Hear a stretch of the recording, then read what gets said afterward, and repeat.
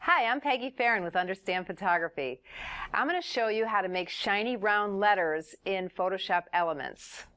Well, the first thing you need to do is make your letters. So I am going to come up here to File, New, Blank File, and I'm just going to leave the numbers where they are. That looks fine. So I'm going to come over here to the Type tool and then look down here. I'm going to use Comic Sans because it's a nice rounded font, and I'm going to type in Shine. Click on that little check mark. I'm going to just pull these nodes to make it a little bit bigger and then just kind of move it where I want it, right in the center. And the nice thing about Photoshop Elements is this FX. So click on FX if it isn't already open. And the best place to look is in Styles.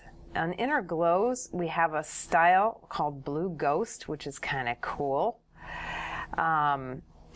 Under Styles, I'm going to go to Glass Buttons, and I love this one. This one is called, I'm hovering, Black Glass. This one is my favorite.